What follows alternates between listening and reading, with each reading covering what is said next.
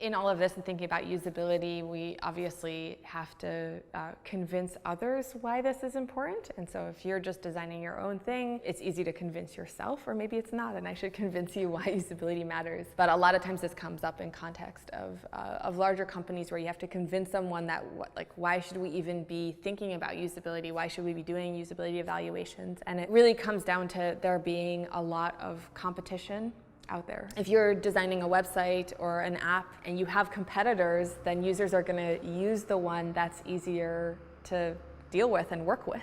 And so creating a product that has a smoother experience and a smoother interaction is going to be more pleasurable, more interesting, and people will come back to that.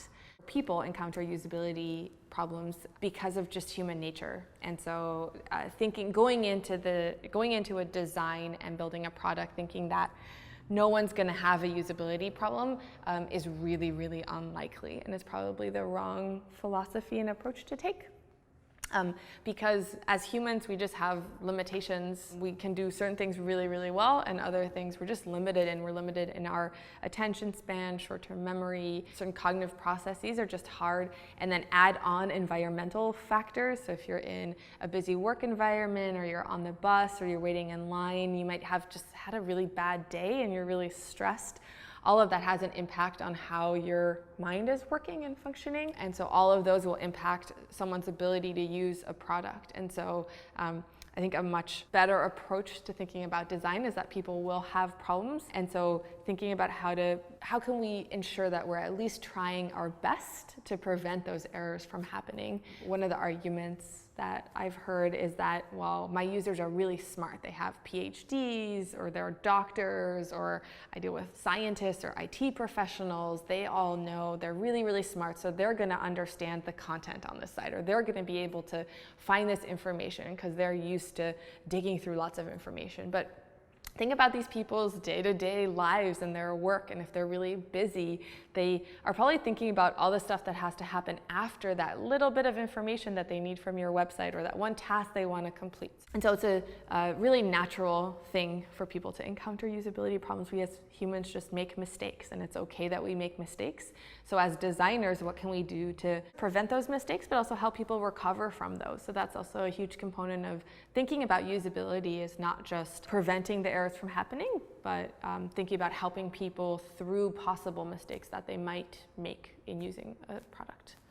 One of the concepts that has helped me a lot in thinking about design and psychology and understanding why we can't just design products that are easy to use for people is thinking about mental models. As humans have mental models about everything. Sort of any situation that you can think of, you have a mental model of what that might be. So it's another way to think about it is your expectation of what is going to happen, what something might look like. Like if someone says, oh, I bought you a new cell phone, then you have certain expectations about what that phone is. Is it a smartphone? What features, maybe if you have an iPhone, then you expect to be getting an iPhone. What your mental model is hugely dependent on your past experiences. And so we have mental models not just about things, but also about events and activities and processes. So if you think about going out to buy a cup of coffee in the morning from a cafe, you have certain expectations about what's going to happen, what that's going to look like, how it's going to be set up. And that's all dependent on where you're from and where you live and what you've experienced in the past. And so if we think about that and apply that to the design of digital interfaces, people have expectations of how a website's going to work, and they have expectations of how an app is going to work based on how they've used them in the past and how they've been designed in the past. And so as designers, what we want to do is map our model of what we're designing to meet users' expectations. So that's really sort of core of designing products to avoid usability issues, is making sure that we're mapping our model and sort of the intention of the design to what people are going to experience. The hardest thing in that is that our users are coming from all different backgrounds and places.